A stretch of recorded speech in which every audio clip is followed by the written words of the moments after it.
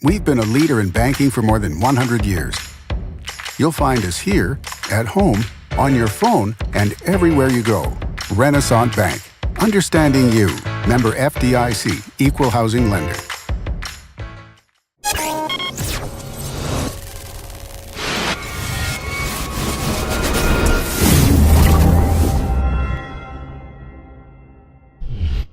Sponsored by Renaissance Bank.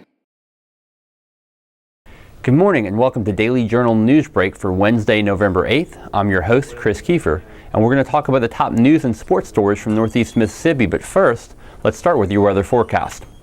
Today calls for partly cloudy skies with a high of 57 and a low of 43, a 20% chance of rain. Your three-day outlook calls for sunny skies on Thursday and Friday. Thursday is a high of 64 with a low of 40 and a 10% chance of rain. Friday is a high of 62 and a low of 39 and a 10% chance of rain.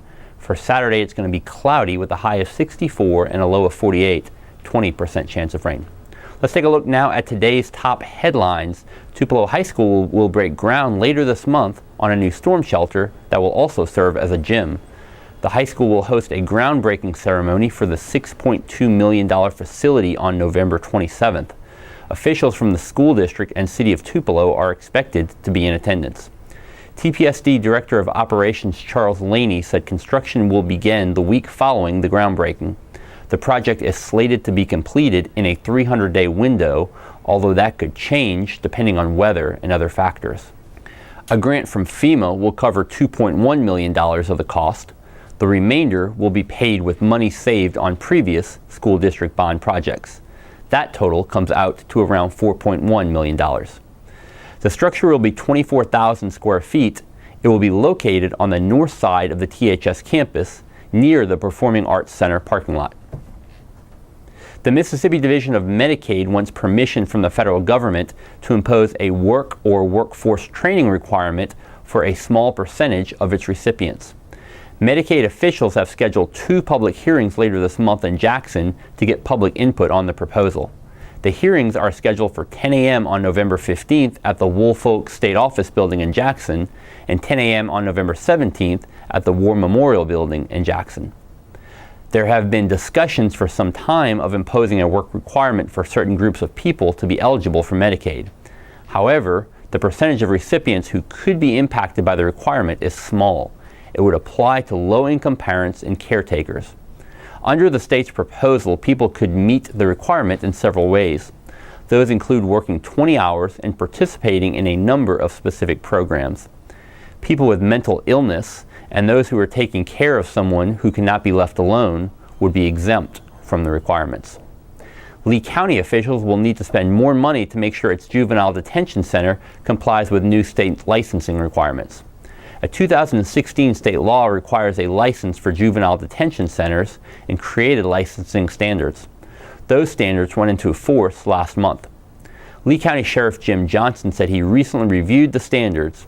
He said they revealed several areas in need of attention.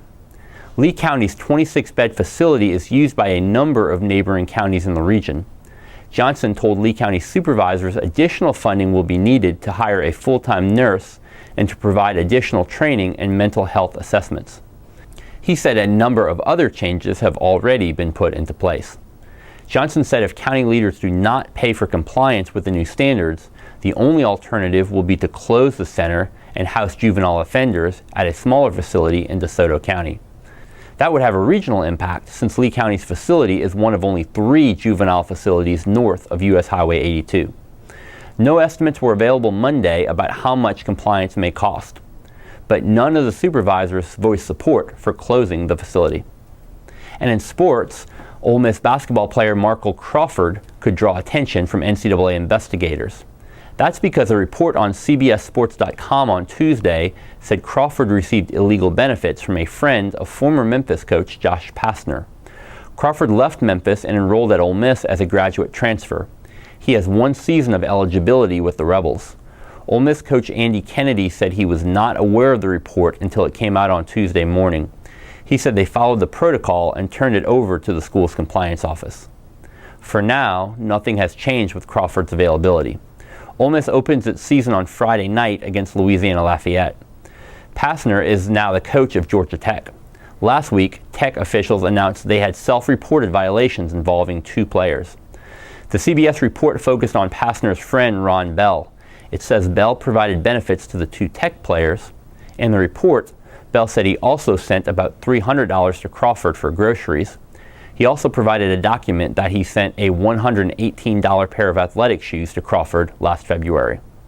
That does it for Newsbreak on this Wednesday. Don't forget that this show is just one of the many online offerings courtesy of the Daily Journal that gets you news off the page and on the go.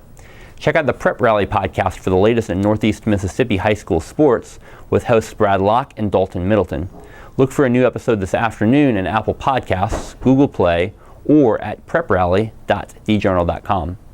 Each story discussed today on Newsbreak can be found in your Daily Journal or online at djournal.com, where you can also find a new episode of Newsbreak each weekday morning at 7 a.m. Thanks for joining us. I'm Chris Kiefer. Have a great Wednesday.